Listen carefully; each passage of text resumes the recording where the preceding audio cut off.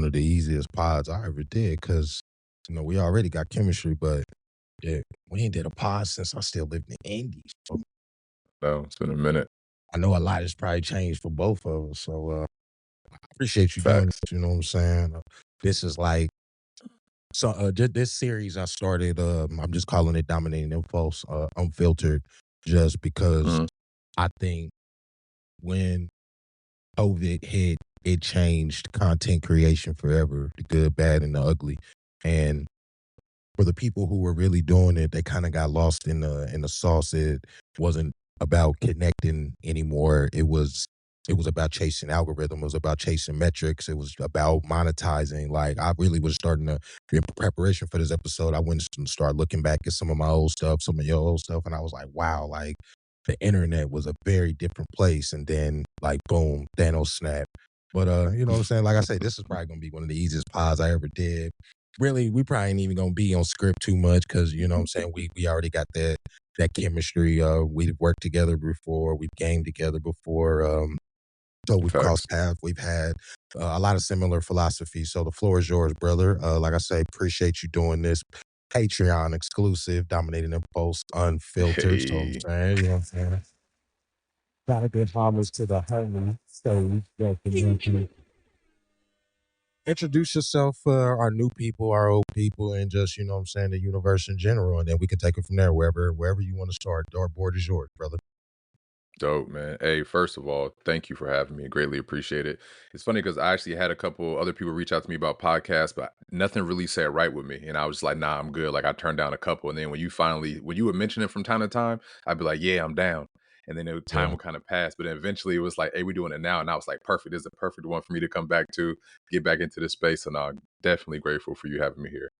You know what I And also yeah. appreciate, Oh, what's and up? not to cut you off, you know what I appreciate? Everybody I've asked to do this, everybody's like, can we do it in the morning? Like, I would love to do it in the morning. I'm such a water person. I'm like, okay, I know what the temperature is. People love to be their sharpest early for Definitely. conversational beats. Definitely. Yeah, But your yeah, floor is so yours, bro. bet. So, for the people that don't know me, I am the Bald Sage. And to describe myself, I help people slow down. I help them regulate and take honest ownership of their inner world. Um, and I do all of that just so that they can move through life with clarity instead of avoidance. And if you see some of my other stuff, I do a lot of gaming, but that's really just a place to meet me. The core concepts of everything I do is centered around something called radical accountability and you using that to be able to take control of your life. And I teach people how to do that. So that's like the real insight on what it is that I do. When I wrote this episode, I didn't have you in mind until I was hit when I hit done and I hit save and I was like, because I've been on my content journey, I think a lot of us probably struggle with file management. I feel like I finally understand Oh why man. that's a whole job within itself. So by the time I was done writing this, I like this is perfect for Sage. Like I didn't even waste time in setting the file. I immediately sent it out to you. Like nobody else seen it. So like this was one of one meant for you. So like everything you said just about radical accountability. And like we hit on that with me and you did a pod a while ago, like when I was Hmm. going through some real life stuff. And like I said before, I relocated to Houston. So I know that's kind of not only been your brand, but like your life philosophy as a person. So I think it's nice that you are stepping all the way into that forefront and just, you know, saying like giving it back to the community, giving it back to the universe. Because there's so many people selling BS out here. And I never thought that you were one of those people. I think some people have kind of took like, what you guys do, good energy, positive talk, positive mantra, and kind of like I don't want to say corporatized it, but you know, kind of scammed it a little bit. You know, would you agree with that? Oh, 100%. So it's funny. I used to be a personal trainer. I used to be a competitive bodybuilder back in the day. I used to tell people all the time, personal training is a scam. You don't need me. And it's the exact same thing that I feel like for self-help. I'm not saying you don't need nobody at all. You might need someone to show you a path and give you guidance, but you don't need them for your entire life. You don't need to go to 7,000 different retreats. You don't need to spend $50,000 a year to try to get your mind right from this person just because they know something. All of that is a scam. You need to be Yeah. able to sit with yourself in stillness and take some time and be honest with yourself about why you choose what you choose and why you won't change your habits and you'll transform your entire life. You know, I've been struggling with discipline and changing habits, and one of the things that I hit on.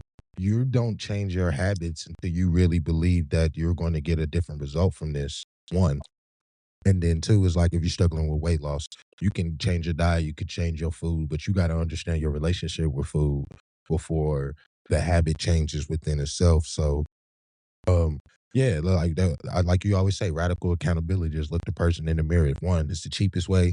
Two, it's going to give you the fastest answer. But I think we're so blocked out with these Hmm. phones and blocked out with what's pushed now because of the world and just like different narratives that like people don't even know how to recognize it anymore because people don't have to talk to each other anymore.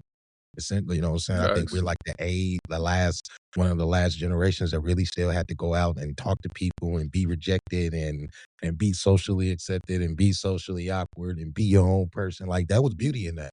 And I think that's kind of lost these days. Oh, 100%. Everybody lives vicariously through whoever their favorite content creator or entertainer is. So we spend a whole lot of time looking at social media, seeing what people are doing, seeing where they're at. And number one, I do my best, especially when I work with other people who make content, is to ask them who within your immediate family or your immediate surroundings, who you interact with, makes six figures off content creation a year, who makes 20,000 off content creation a year. If you don't know anybody personally, then stop being so hard on yourself about it because you see these other people out here because you don't know how they got there, you don't know the connections they had, you really don't know what's going on that got them to the place where they at. It's a bar. As a boy, you really don't know. I've struggled with that. I think um how we push things and how we push topics and just how you're taught to grow the Hmm. individuality. It starts at the bottom. It's been taken out of schools. So people, like I say, we're kind of one of those last generations, which like I just remember like anime is really popular now. There was a set of time where it was not cool to like anime. I've always liked Facts. Dragon Ball Z and Sailor Moon and Cowboy Bebop and some of them shows that really came on Toonami. And some of my friends used to look at me like I was crazy. And now that is socially cool and socially accepted because popular people that certain demos like this thing is like, all right, do you really like that? Or is that the machine pushing you to like that? That's always been the question dominating impulse has been about. I think people have always kind of misconstrued that. You one of the early people who picked up on, I'll say, some of my trollability and clickability like moments. Like I don't really do it like intentionally. I just like genuinely like ask questions because Hmm. I don't think people really like what they think they like. I think it's all between books and movies and songs. They've kind of been telling us The Incredibles, one of my favorite movies because it's kind of telling you in multi parts how the world is shifting, and then if you shift over that like in a roundabout way to Cars 2, one of the Disney Pixar theories is one of the best theories I've ever walked across in life. If y'all want to watch it or Google it, but it's telling you like how literally social interaction is being taken out the world step Yeah. by step by step with technology, and now It was we're here crazy. in It's AI. almost oh, go ahead. No, I you would say good. it's no, that was a perfect segue because I was gonna say it's almost like the system in and of itself has evolved from making people from workers into robots. And it's Then the like system is it working. gives them the space. Yeah, 100%. I And don't know it's if it and what's you up? remember those old Apple commercials. Those old Mm. "Don't become the system" and "Fight against the system" and like big commercial, Big Brother. Like I feel like I we damn near there. I mean, I feel like we are. Definitely. Like Like you said earlier, people can't and the way that I say this, people can't think for themselves.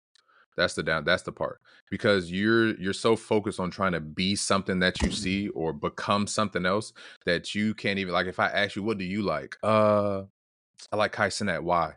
Uh I I don't know. That's normally the answer. I don't know because you like things because everybody else like it because of what you see every day, but you don't ever ask yourself questions. That's like the biggest thing of what I teach is to how to ask yourself questions. Because if you cannot ask yourself questions, how can you ever find any kind of answers within yourself?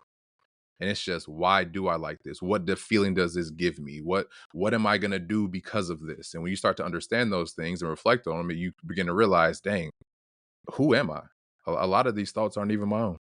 You know what? That is a perfect segue because we dove straight into the heat of this episode and we introduced who Sage is, but as a person, and somebody that I look to as a friend and, my contemporary in this content space.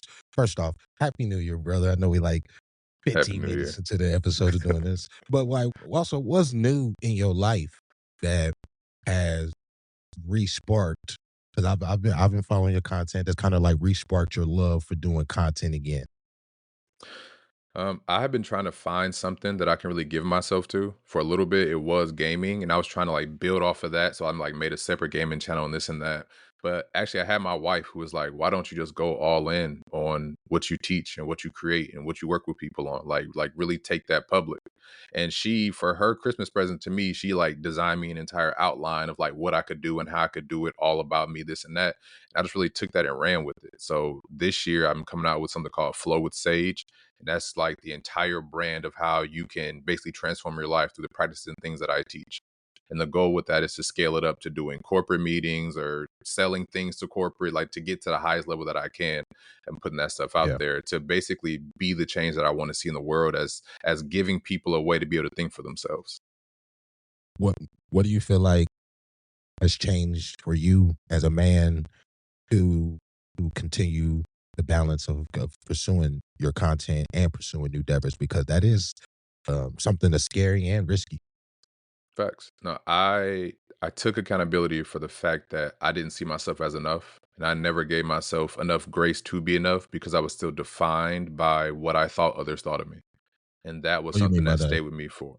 So I used to, a lot of us, I'm gonna try to say it in a way that it's like people can really understand it. A lot of times, what we fear is what we think others will think about us. It's not even what they actually think. We just fear in our minds what they could think about us, and that was like a big stumbling block for me because I would get Gotcha. really introspective, really deep inside my head, and I would make up stuff, and I would find ways to enjoy the hell that I was currently in. So basically, I could go through whatever suffering I was going through, but I knew how to make myself feel better, which created space for me to go through the suffering again, and the cycle continues. I know that's relatable for a lot of people, and I eventually was like, you know what? I am going to be 60 years old one day. And when I'm 60 years old, I don't want to have the epiphany of, oh man, when I was 35, I could have did this. Oh man, when I was 32, I could have did Yeah. that. Like, why don't I do it now and crash and burn? If I'm a crash and burn, I'd rather crash and burn at 30 than be regretful at 60. Do you Have you perfected a way to teach that and replicate that to other people? Because I think that's needed in a time more than ever, when I've been saying for a long time, and if people listen to the main podcast, this one of my phrases is I'm the contrarian, and that didn't come about just because I wanted to be different, but there became a point in time in society and pop culture and in life, if you didn't say what you liked is the same thing as everybody else liked, you became ostracized. So our Hmm. contrarian is born. So in a hive mind era, do you feel like figured out how to replicate that and at least teach that to somebody else who might struggle with just self identity or not conforming to just go along with the Joneses and being like everybody else? Definitely. So, and I'll share a little bit of the formula that I use, and a lot of it deals with breath work, meditation, and then that good old. You heard me say it a lot throughout this podcast, but radical accountability. That's the hard part. And I would say, but I Radical. will say the hardest part of it is understanding that it's a death-like process. Because the you that you are right now, you're comfortable being that. Like I said before, you're comfortable in the hell that you're in, even though you want to escape it. And until you get to a space where that comfortability becomes uncomfortable enough for you to want to change, you're just going to keep on repeating the same cycle over and over. But you can never get uncomfortable enough to want to change until you know why, until you can look at yourself in the mirror and get to that space in the first place. And that's pretty much what I've created to be able to help people do. We grandma always used to say you either choose it or you change it. Facts. I mean, it's simple and it's an old school adage, but you choose it or you change it. I've always looked at you as a calm and cool, collected person. So one of the things that I wanted to really get into this Unfiltered podcast series with all my creators is like letting their community see something different that you guys probably don't even get a chance to display. So, like, what's one thing that Sage struggles with, uh, or one insecurity externally or internally that, like, do you struggle with every day? And, like, people probably have no idea. Because, one, as men, we don't even get to talk about these things. You get looked at a certain Facts. way, you get judged. get rejected and pushed over here. And then two, it's like you also a person and a human. And I know being a creator, there's a whole set of emotions that come that you don't even sign up for until you start doing this. So like what's Facts. one of those internal pressures that you deal with that people don't recognize?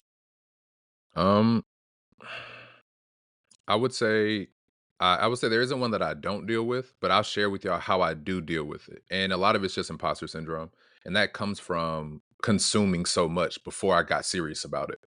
And so I used to consume so much that I would see myself as less than because I'm not here or I'm not doing this, I'm not doing that, so on and so forth. Could But you the way that I got around, could you huh? explain imposter syndrome before you explain how you get around it? Um, That's for the the way that I might not even know what it means. the way I hear it the way so that I was much. taught it, you know what? I have my laptop. I'm gonna pull up the exact definition. Okay, that's cool.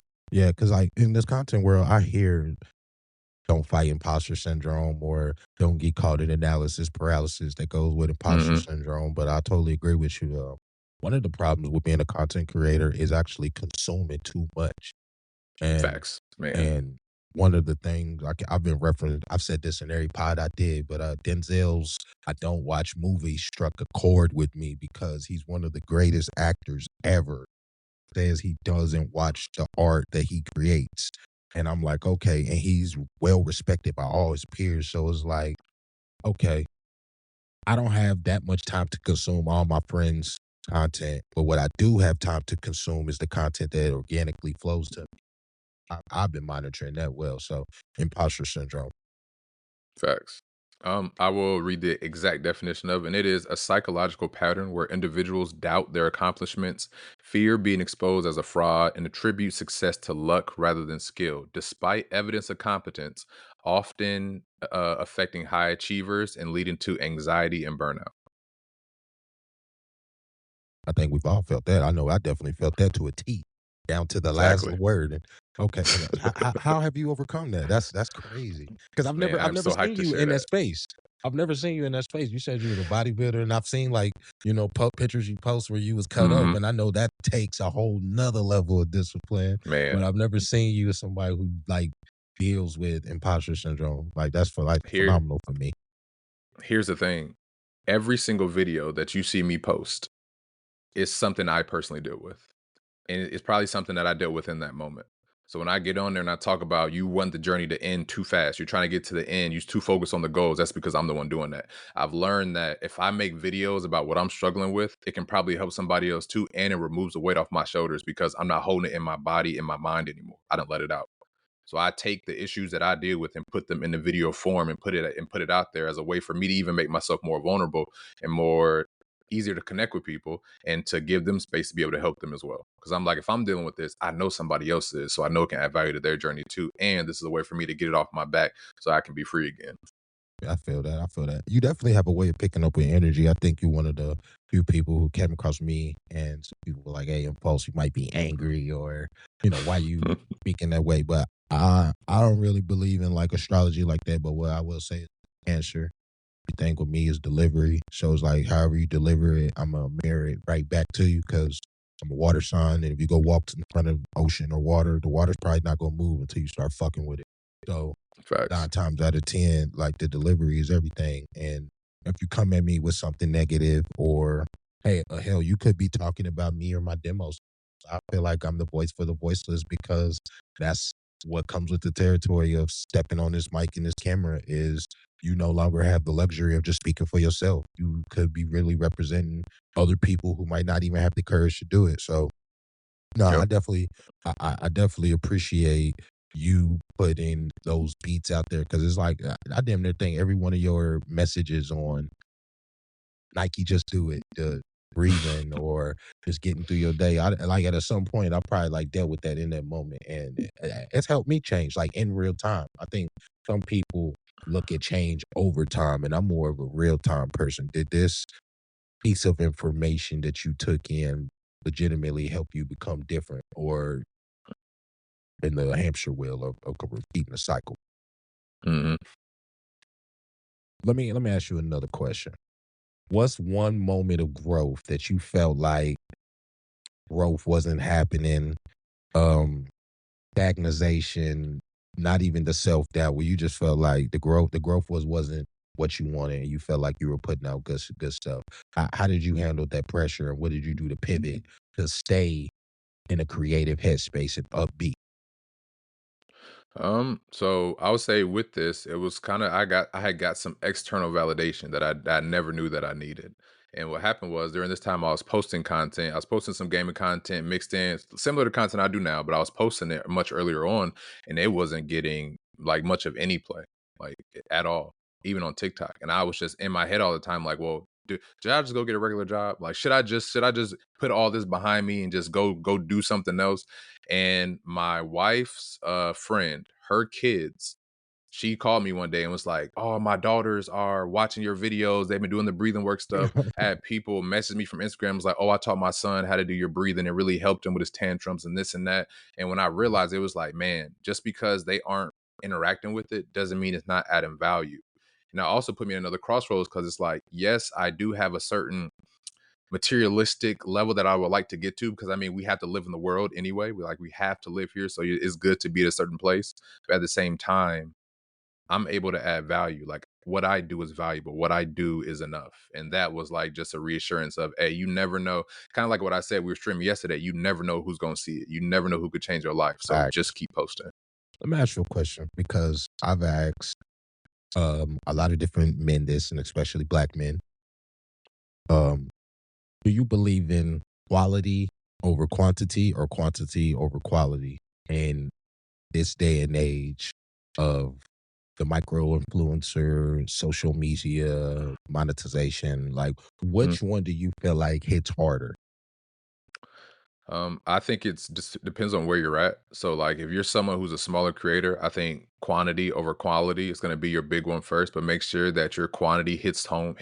Like you're really driving in who you are and what you believe in, and you're really expressing yourself on that. And then once you build a community and you got things rolling, then you start moving over to quality some, because you're starting to get into a different demographic. But I'm a firm believer, at least for me right now, get eyes, get as many eyes to see the bald sage or dominate impulse as they can. That's all that matters. How many people can see me in a day? Feel that. I feel that. It's just funny because every person, you know what I'm saying, the different answer for this. And I was chatting with my wife last night about this. I don't think you can get 10 black men to agree on anything like together. Like it I don't know if it's like a psychology barrier or even like for the greater good. I don't know if we can get 10 black men to agree on like one thing. And I think that's like it's kind of astounding in a little bit. Like what you think about that? Is that a true or false statement? Not to put you on the spot. Uh, I think it's pretty subjective. It really depends on uh the black men that you hanging around and what they got going on. Is that my big thing is this, and it's something I tell my wife too, is that people are always going to look out for themselves. They're always going to make sure that they're good first. And that's just something Charles you got to Darwin, remember. So self it preservation. really Yeah, it really depends on where you are and what you're doing at that time and where the people you're around are and what they're doing at that time. Because one of the talks I have with people is, well, if you woke up in the morning on the right side of the bed and someone cut you off in traffic, I bet you wouldn't get mad. I bet you wouldn't be upset. You'd probably be like, man, I hope to where they're going safely. But if you sleep in late, if you're rushing and you get cut off in traffic, you're going to flip, because it depends on the situation that you're in for how you're going to react. Hey, yo, we've all been there though, man. I ain't go sometimes I don't know. Some of these people really can't drive, but you're definitely right about that. I was You saying in that Texas, so I know. I was saying that the other day on when we were streaming. It's like you ain't gotta tell nobody to do something they want to do. It's like when you know you about to wake up and go to work and they got that bonus check waiting on you, you gonna beat the alarm up. Like you Facts. know what I'm saying? You beating the alarm up. You So might not even I ain't got sleep the night before. you gonna be tossing and turning, thinking about getting the check in your hand and what you about to go even thought about. Nothing else. So it's like I ain't gotta tell you to do what you want to do. And I think that comes hand in hand with content and taking care of yourself and discipline and routine because a lot of that get lost in what we do. Like it's almost like we've become background noise and elevator music a little bit. You know what I'm Mm. saying? And the person making that content is being snatched away. There's a theory out there um, Quentin Tarantino's about to be done making movies. So he always says he would never want to do a superhero movie because the people playing the actors become caricatures of themselves. And I'm sitting here like, Avengers Doomsday, it's about to be Facts. fire. I'm excited for it. But now Chris Evans is almost typecasted himself and can't go do nothing else. And I think he's a really good actor. Robert Downey Jr. been acting since the late '80s, and he's coming back to do another comic book movie. I think that isn't an indictment on their acting skills. I think that's an indictment on how people consume content in movies. You know what I'm saying? Like they almost don't want these people to go do and try different things. Man, no, Um, 100%. let's get into some ego because I see you talk about ego a lot, and like you Definitely. said, the radicalization of just checking yourself. And I think we talked about this before in like some other podcasts because I think you asked me, how did I get to the point where I was allowing people just to self critique me? And that's definitely a hard thing to do in content creation. So, on the ego side, what's one way of not having an overinflated ego and staying grounded? Because I've always looked at you as a very, very grounded creator. Has that helped you grow and pivot to try new things outside of just gaming and the breathing work and the meditation that you do with other people? I would say my relationship with ego is a little bit different. And the way that I look at it is the philosophy I live by is I do what I want, when I want, how I want. And I will not infringe upon anyone else's free will. I will always let people do what they want. And that has kind of put me in a much a healthier space than when I was solely focused on. Because what I realized is when I focus on we'll call it ego. I'm mostly focused on what other people think of me. How can I'm basically become a people pleaser. Because as Okay. long as I do that, then people praise me, which then inflates that ego, which makes you feel good. So that's like the kind of cycle that I saw. And I realized once I got away from that, it was like, oh, there's a whole other world out here besides this whole me being the center of everything. Can you give me an example of that? Real life example if you want to? Um, Because I think in our content Let me space, see. um, Hmm? it's almost like you got to remove your ego, and there's a level of emotion that you just got to turn off with every project that you do because if you put too much into it, your feelings will be hurt, and that's like human psychology. That's not even if it's good or bad. Like I've watched and read so many big time actors go try different projects and the project fail. And they like now they sitting in therapy for the next 2 years trying to figure out why they can't get their mojo back. Okay. So I think in the content space, ego is good and bad. Yeah, I can definitely agree with that. I think that it definitely has its place. I replace, and then us talking about it kind of gave me better insight on what to say, and I would replace ego with people pleasing. So one Okay. of the things that I do within my practice, I replace a lot of words because a lot of labels that we use have a lot of limits on it. But when you replace that label with a different word, it kind of gives you a different perspective on it. And so it's more so people pleasing, and a lot of our self worth gets tied up in that. So kind of like the example you use with the actors, once they do something and maybe it fails, and now they're dealing with all of this stuff. Well, it's because you feel like you failed these people, which in turn means you failed yourself. If people praise you, then you're good. If they boo you, then you're bad. And that was what I wanted to get away from. Like that was the big thing that was like, hey, I want to go the opposite direction of this because I'm tired of being limited by people's reactions to who it is that I choose to be or what it is that I choose to create. Do you feel like you've removed expectations from all projects you do? You do it, you knock it off the list. It's a part of your routine, and you on to the next one. Is that what you have Finally, mastered? finally, He's become the I'm master gonna say Hokage. I will say I'll take the master title, but I will say I'm human. So there's times where I will trip up and catch, but because of what I practice, I'm able to catch myself and then correct myself. All right, we did just say some master because I know you watch anime like me too. Facts. Give me. I know you. I've asked this to you many times in stream, but let the people know. Give me your top 5 shows and then top 5 characters. And you can give me a Ooh. defining moment for any one of those. And like I always tell people who don't watch anime, one, it is a cartoon, yes, but you can ask anybody who enjoys anime. you have a story that connects with you real life. I always tell people go watch dynamic arc in DBZ. That's me. That's Vegeta. That's growing. That's learning to trust other people. That's learning to lend your energy and your resources to other people for the greater good. You know what I'm saying? Even if you're not the one to achieve it. And also one of the biggest anime moments ever was in that arc. But so it's like it's not the story, it's not the show, it's the moments that connect with you as a person. So let me hear your anime thesis theology because Um, this is so controversial these days. so I really don't have. I have like a top show, which is Okay. Naruto, and it's only because that was the first show that I ever got into.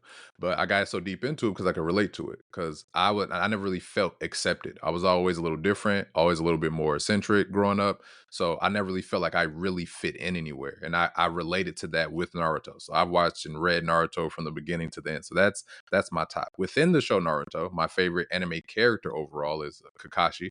And the Okay. reason why, as a kid, it was definitely Naruto as a kid. But once I became an adult and rewatched it, and I looked at Kakashi's whole time on the show, it was like, wait, that's it right there. Like that's it. Like he even became Hokage at one point. Wasn't even trying to. That man was literally just living his life, and I was like, that's what I want. To make a choice, to live my life, and live my life based on that choice, and take whatever comes with it. You know, there's two type of Naruto fans I've met. Met the type of fans where I really like Naruto, and here's why. And the other type, you've never watched Naruto? No, I haven't. And I always don't watch Naruto. It's like the LeBron fans and the Dallas Cowboy fans. And I'm a LeBron fan, but I actually understand this statement. It's not that I don't like the person or the thing. I don't like the fandom and what comes with that. And it's like, oh, you're not down with the Hokage? Bro, I've never really liked Naruto. I've given it a chance as an adult. There's certain fights I like. There's certain themes that I picked up on and Definitely. lessons that definitely are learned. And then I always feel like that people miss one of the biggest points of Naruto. The creator of that is the student RIP Akira Toriyama. And he said Facts. many times that he took a lot of homage from not only DBZ, but a lot of those early 80 and early 90 anime to make Naruto the classic and become the big three that it is. So people really don't speak on that. And that's why I always kind of like stepped away. But that's heat though. That's heat though. Any other anime you watch? Any of the new ones, So Solo Leveling, My Hero? I would say I did enjoy. I watched, so I would say I watch a lot. I probably watch all. If it is, especially if it's shonen, if there's fight scenes, I watch a lot of like the Chinese anime, like Fog Hill of the Elements. Like if there's good choreographed fight scenes and good animation, I'm probably gonna watch it. But I say one of my most transformative moments with anime is Tokyo Ghoul. I don't know if you've ever seen that before. It's called Hmm. Tokyo Ghoul, season 1, last episode. To kind of set the premise for people who've never seen it before, the main character has got captured and he's being tortured, and the guy gives him a choice to save this man or this woman, and the character can't choose. So the guy ends up killing both. And the character is faced Wow. with this thought of why? Why me? Why does this have to happen to me? And there's another entity inside of him that's talking to him that's like, well, why don't you choose? Like why don't you make a choice, even if it means somebody getting hurt? Why don't you choose yourself? Like in that moment, he faced a lot of like Yeah. he felt like his mom never chose him and all this stuff. And he was a big time people pleaser. But that moment just snapped things for him. And then he just became a beast for the rest of the series after that, after he accepted the fact that I gotta choose myself. Basically, is this controversial? Because I think I just got a light bulb moment as you was talking about that, and I've never finished Tokyo Ghoul, so now I'm going to add it to my list. Um, is Superman a people pleaser? Because we always see the dark Superman go ham and start killing and not Facts. restraining and really, like you're saying, making that choice. So would you say the Boy Scout, the man in blue, is a people pleaser, and that's why most adults and fans will lean towards Batman? I mean, I'll agree with that to an extent. I've always felt like Superman was a little bit of a coward. I don't know why he Ooh, stayed. I wow. get it because he was here with, his uncle and his aunt who raised him and stuff. But if I got them powers, man, I'm going to explore the universe. Like, why are you staying? Why are you so staying here with We these humans? And you're always talking about he doesn't use his real power, so you can go your whole life not being all that you can be for other people. Yeah, you're a people pleaser, bro. Wait, that is a Superman hot take. All right, the new Superman or Snyder cut. We could get back on track. I just like always talking movies with you because I don't get a chance to talk about him with people who not familiar with the source material. You know, whether it's comics or the animation. You know, they only go with what's popular. Yeah. Yeah, so fire. Let me ask you a question. This version of you, Mhm. this version of Sage, what did it cost you? What was your law of alchemy transitioning from anime? You know what I'm saying? What is it? Ooh. Full Metal Alchemist Uh, Brotherhood. Y'all should yes, check it out. sir. Top. That's in my top five. That's my That's in my that's the top five. same. That's that Okay. same. So the law of alchemy. You have to give something to get something. What did that cost Sage to get this level of success and pivoting to do something new? Because, like you Mm, say, you are starting something new and you kind of stepping away from full fledged gaming side of content creation. Although I do think you're a phenomenal gamer. appreciate that, brother. And I really do. I hope this helps people. Um, I had to give up my resistance to fear. I had Okay. to let go of being worried about what I can't control. I had to let go of this safe space that I carried for myself. So I used to have a certain set of habits, like I said, comfortable in the hell that you create for yourself. So I know the suffering that I experienced, but I know I can make myself feel better. I had to let go of all of that and jump into the abyss. And by jumping into the abyss, I realized that I could fly. But I Mhm. wouldn't know that until I jumped. So when you say face this fear and really confront it, what do you mean by like you had to just real life let it go and just do you? Because Um, I think it's easy to say, and we all like mhm, it's very cliche not to say what you're doing is cliche, but a lot of people have definitely. said I just need to let this go, but then analysis and paralysis kicks in and they really don't make any motion. Facts. Because I mean, so let's use fear as that example. When analysis paralysis kicks in, that's just a synonym for fear. Okay, So it's still wait, there. It's still there. We just call it something else. And what I mean okay, by that is fear became my guiding light. Fear is my north star. Fear is my angel. Fear is my leader. As soon as I know that I'm afraid, I know that's the direction that I need to go. okay. So you're using fear more as that compass to step into that uncomfortability. As they say, you grow from the unknown. You grow from, I think, to, you know, saying test your limits. That's why I always say the Facts. Vegeta arc is my arc because I think there's a lot of what's missed is where there's some DBZ and connecting to fear. He lost a lot of fights. He never became number one, but he didn't attain what others attained in battle. He attained it when he legitimately let go. That's Facts. that speaks volumes to me. And if anybody watches any other anime, because they've told that story thousands of times in other animes, they told that same story in Black Clover and in My Hero. Um, Mhm. once you like legitimately surrender yourself, that fear can be used as good energy. Do you teach those practices to other people? Because I know, like I say, it's become a subgenre and what we call like a scammer pool now. But like, do you like the people who really Facts. seek the good energy? Do you know how to teach them to like transmodify that fear and use it for the greater good of what they're trying to accomplish? 100%. And it's something that, like I said, I haven't released it yet. It'll be releasing in February, but I'll have 4 pillars, and each one takes you through basically step by step to get you to the point to be able to do that. Because the biggest hiccup that people will experience is that change in and of itself is a death like process. And a lot of us Okay. don't have any sort of experience with death. We don't research it. We don't look it up. We have never made death something that, oh, I want to get to know this concept. And because of that, there's an inherent fear that's behind it.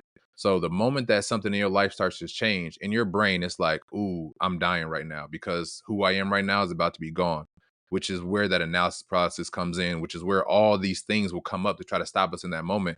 But it's like that's when you have to let yourself fall into the abyss.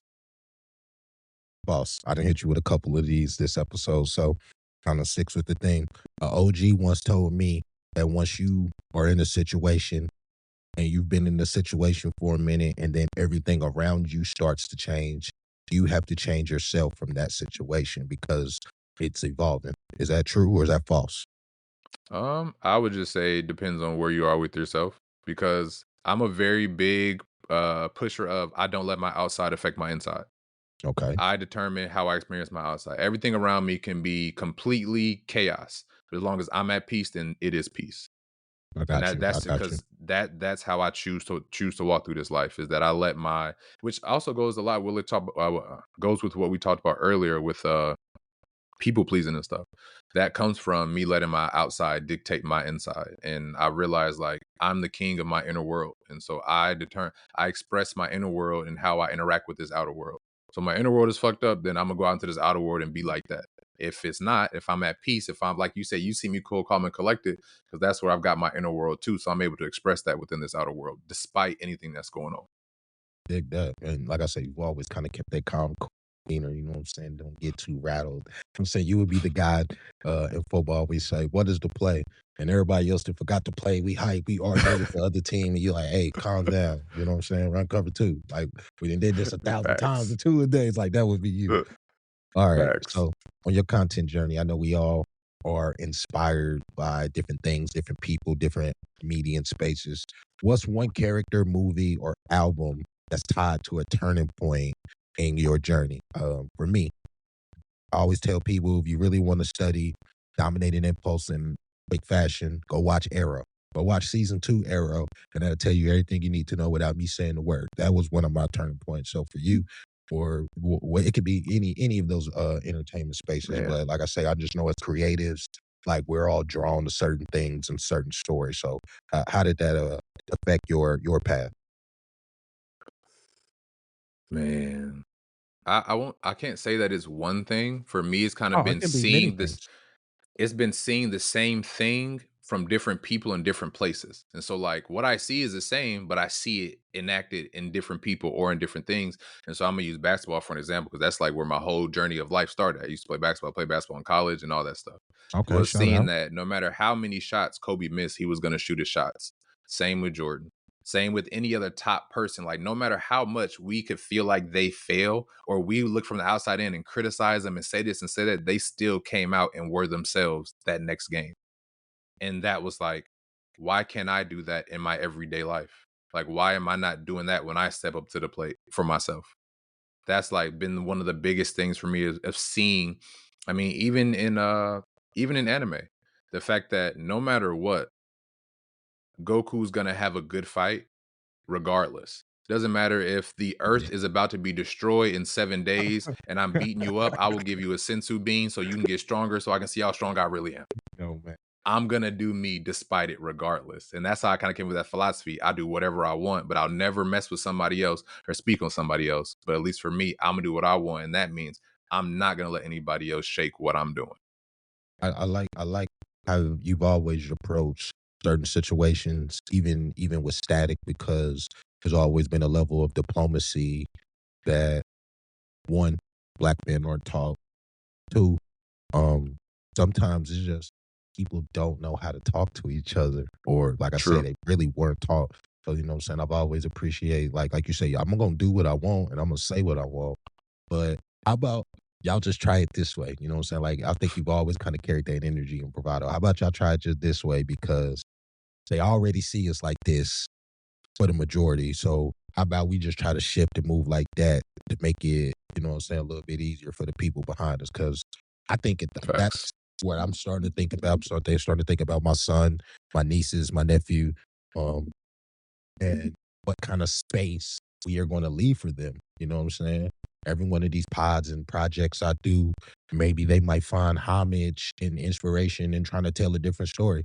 But w- what's next for the next generation of content creators uh, of the world? You know what I'm saying? General question there for you. Man, I know that wasn't I'm even gonna on give a your script. very I I'm gonna love give I a love very I love what's giving up? y'all questions that ain't on y'all script because then it puts y'all in a space like, damn, he ain't let me prepare for that. Oh, I'm with it. I love the, you know what, I'm gonna have you repeat the question one more time. What's next for the next generation of content creators and kids from this corporate Oh, space okay. that we've created? You know what I'm saying? Got you. 'Cause So it's I'm an gonna ugly give a place now. very It's an ugly place now. I ain't gonna lie. it is. I'm gonna give a very generalized answer first. I think depending on how things go with AI and how we integrate that into the job space, that social media could become, I mean, that's what content creation itself could become the regular income means for most people once we get many years into the future. Like, I think of my nieces and nephews that are creators. Like, I have a niece that's amazing at art. I have a nephew who taught me how to make anime edits because I'm like, bro, you're only in seventh grade and your anime edits are amazing. Like, how are you doing this? Shout And out. seeing where they're at right now, and it's like, man, as long as we keep encouraging them to be that kind of creator, they're going to fit in perfectly well as things begin to transition, because a lot of these jobs I feel like eventually can just be automated. And if that happens, how you gonna make money? How you gonna make ends meet? Well, what are you gonna do to not be a part of the lowest class and just create? Get back to what we supposed to be doing, creating. Mm, that's phenomenal. Hey, I like that. What that kind of ties into the next question. What's What up? art hits different now than it did years ago? Like records are starting to come back. Hmm.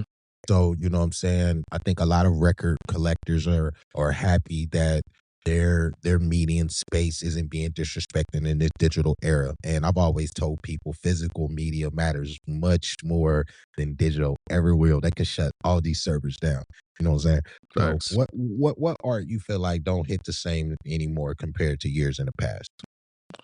Um, that don't hit the same anymore. I mean, if I had to pick one directly, I would say rap music. Mm, And interesting. I personally don't even mean that I don't mean that in negative by any means. I don't.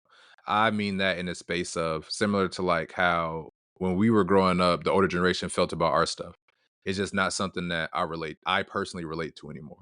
So I'm not speaking of this as like a generalized to everybody, just like for this is for me. I don't really relate to it anymore. I don't really vibe with it as much. I have transitioned much more to a like a lo-fi EDM, deep Oh yeah. 808 house bass type music in the background. Oh Like that's God. like I be vibing to that. Like I used to do. I'll shout out a couple out. It's like I actually have my stuff right here. What's his name?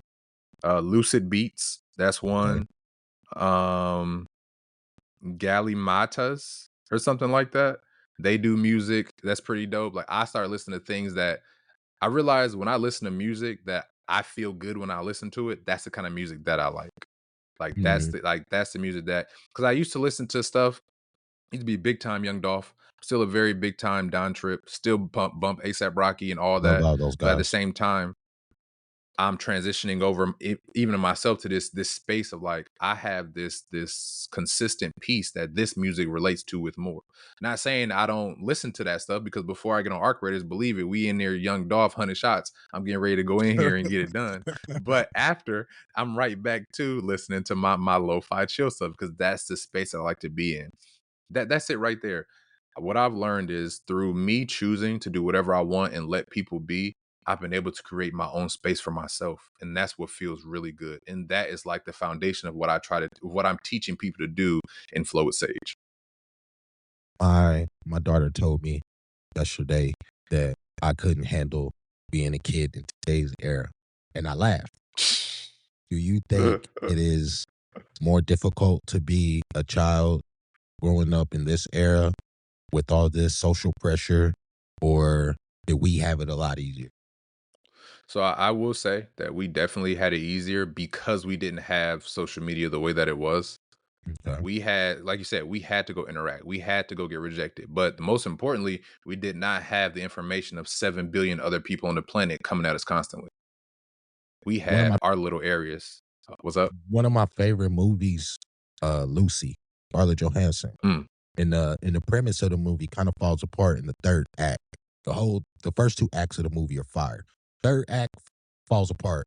But the theme of the movie is there's only so much of your brain that you're supposed to even be accessing. And I heard somebody say every time you scroll your phone for 20 minutes, you're taking in all the information the human species has ever collected since the beginning of time up until you're done scrolling. And that's over like I think it was terabytes. It might be a higher categorization of that, but I had to even look up what 9 terabytes is. That's a couple buildings of storages of servers. facts. So if you're consuming all of that quickly, what is that doing for your emotions? Like I used to ask this question, and I think you see me ask this question. What happens to popular people when they put something up? not celebrities. We'll just say popular, regular people, and they put something up and it immediately gets 100 likes inside 2 minutes. That literally has to change you as a person. Like you can't tell me it doesn't. So like this thing that they've created, is it more detrimental, or do people just not know how to use it, or is the system on autopilot and is doing what it's supposed to do? Because I So feel like we're more decisive than ever. I think it's really hard to narrow it down to what the issue is because it's an extremely layered problem. Mm, Because if the person is, so take me for example, if I'm good with myself, then whether I get 100 likes or 50 likes, it makes me no difference. But someone who's okay. living their life solely from the outside in, those 100 likes and 50 likes could be the difference between them jumping off a bridge and them having an amazing day. It really does. A lot of stuff that we deal with as a whole, we deal with it individually. And it's because we go out here and looking for people to validate who we are, validate how we feel, that we can't do it for ourselves. So we're stuck in the hell. And then we go off and we watch our football games, we watch our basketball, we drink our beer, we smoke our weed, we do all this stuff. I smoke weed, so don't take it. I'm taking it as a Oh, negative. you're We good. do all this, we do all this stuff to make ourselves feel better, but we're not changing anything. We're gonna go right back to it. So even with what you were saying, if someone does get 100 likes, it should not matter to them. But to think that it won't matter to them is hard in today's society because we don't think for ourselves. Our thoughts are, think about how many, well, I put it like this, think about how many people define their self-worth based off the job they have, or based off money they have, or based off something else that they do. Their whole entire self-worth is based off that. Their identity is based on that, and that can change. I just chose to go on a path to learn who I am beyond that, to learn that I'm the awareness that's experiencing this life, and I get to experience it however I want to.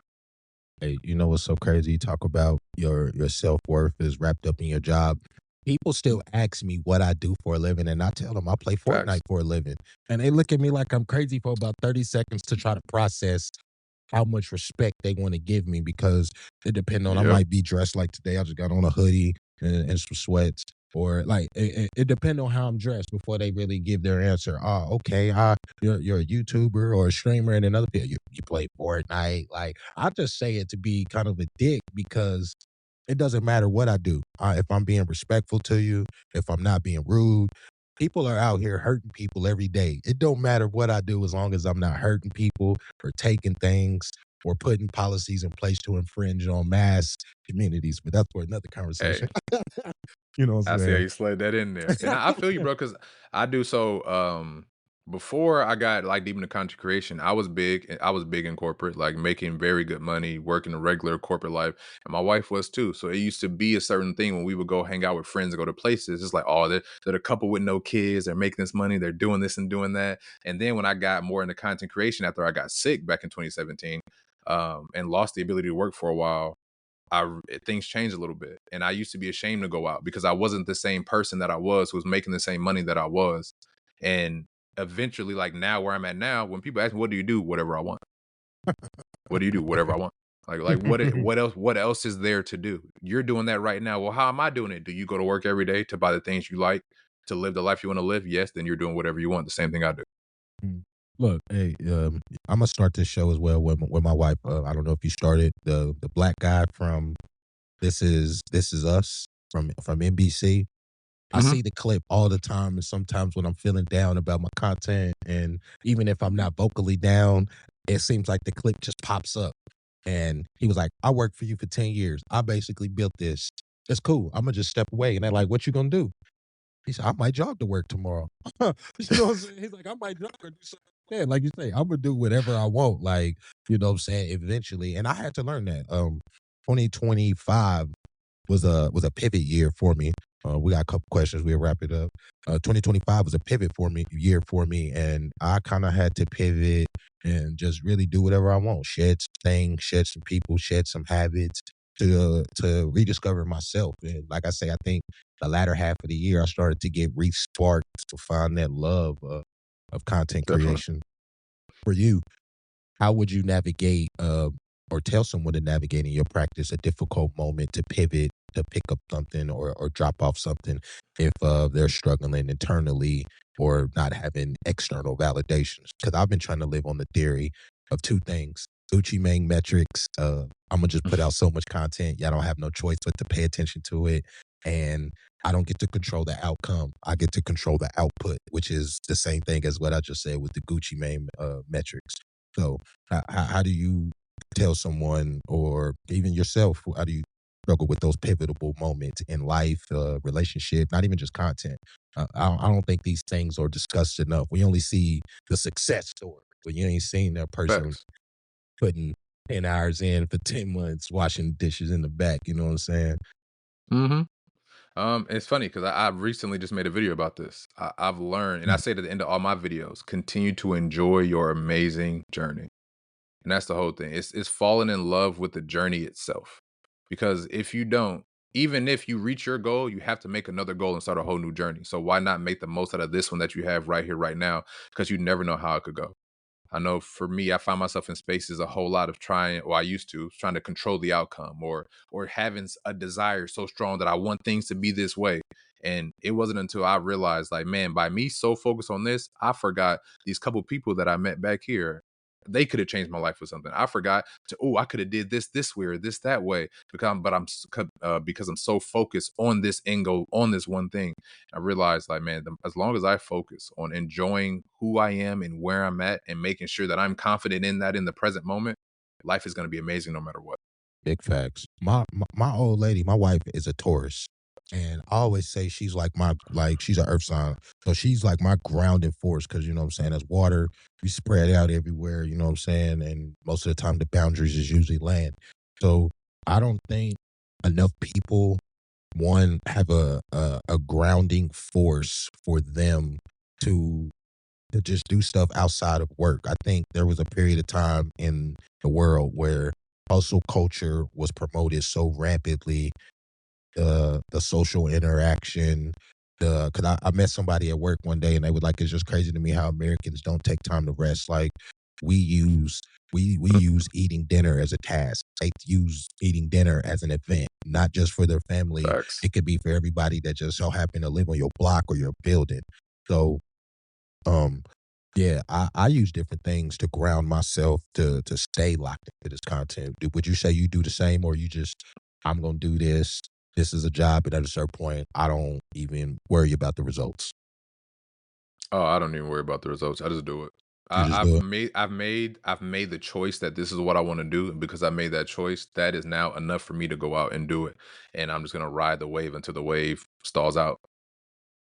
All right, Everything last. else, I find a lot of struggles when I start to add in other things within that. So like when I start to look at things like, all right, so if I do this, I might be able to achieve this, or I can do nope. Then I'm just gonna procrastinate. Then I'm gonna start to suffer from imposter syndrome. I'm gonna let in everything I don't want in.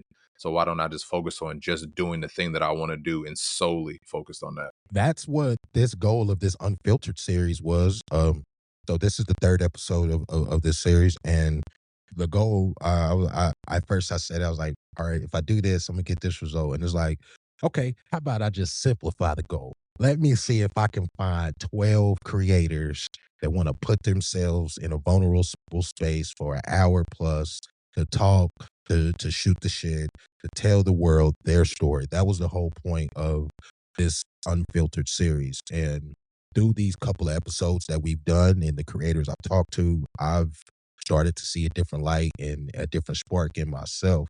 So I kind of marched on your mantra. And like I say, I watch all your videos. Just do what you want to do. Upload what you want to upload. Is that lost today? And trying to be Casanat, trying to be Aiden Ross, trying to be the next crash out to go viral and chasing virality. Is that lost? Facts. Like these people are trying to drink the ocean with a fork.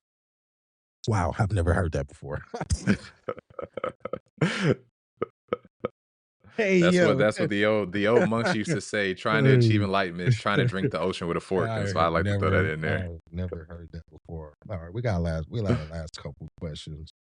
Can you share, can you share one moment where you felt like the creative light was dim and it just wasn't clicking? And I'm not talking about self-doubt. I'm just saying like go to your wherever you create and it just is darkness, like you're stuck. There's a writer block. Can you share those external moments, Mhm. and what did you do to get out of that moment to get back to what we see today? Back I'm gonna say 2024ish when I had got back into making content a little bit more consistently because I would have each year it would be like on and off. But when I started getting back to a little more consistently back then, I was really big on Chat GPT because that's when a lot of Okay. people were using it. It was starting to blow up, and I was using that for every single one of my videos. I would talk to Chat GPT to come with a script, and then that's what I would try to do because I thought if I tell Chat GPT I'm trying to get into the algorithm, Chat GPT will make it perfect for me to do that. Then I can make these things. And when that wasn't hitting, and I was like, well, what else do I do? Well, I should make a video. I would literally go days like I don't even know what to say. I don't know what I'm gonna make. I don't know what to talk about because none of it felt like me anymore. Like that was Yeah. like the real like feeling like, oh, I'm not supposed to be here. I'm not supposed to be doing this. Yeah. And it wasn't until I said I began to make fear that guiding light that it was like, hey, I just need to make some videos first. Just talk. Just look at myself talk. Don't even post it. Just make some videos and look at myself first.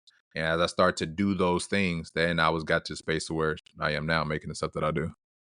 What what game or what moment that you just start talking yourself through to be like, all right, we back, we comfortable. That this fear is good. What game or moment was that?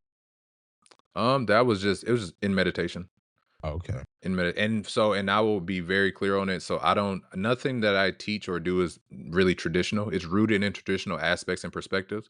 But I will tell somebody to go on a meditative walk where you take 4 steps inhale, 8 steps exhale, stuff like that to get your body moving and put yourself in a different space and move while you do it.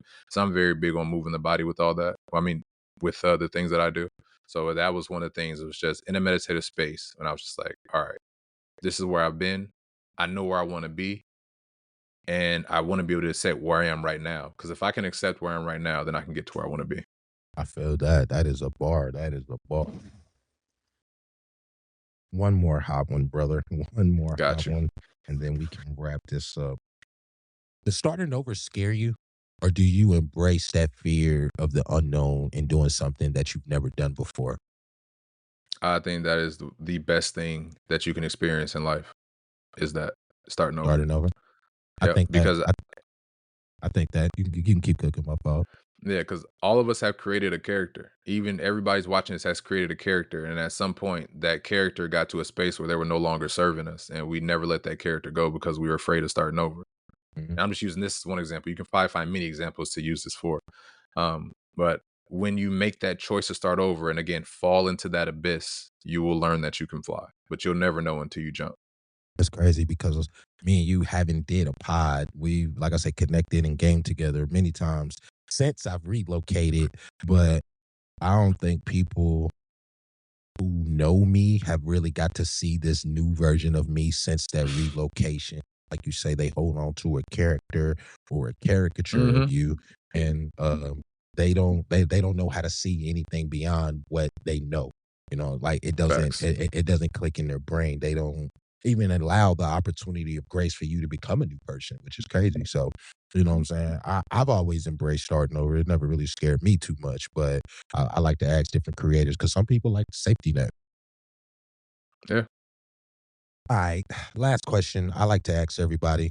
Like I say, you probably got or have had many questions you probably wanted to ask me and never have. We like to keep this personal. Ask me anything that you want, anything the community probably wants to know. Dominating their polls. The floor is yours. Like, you know what I'm saying?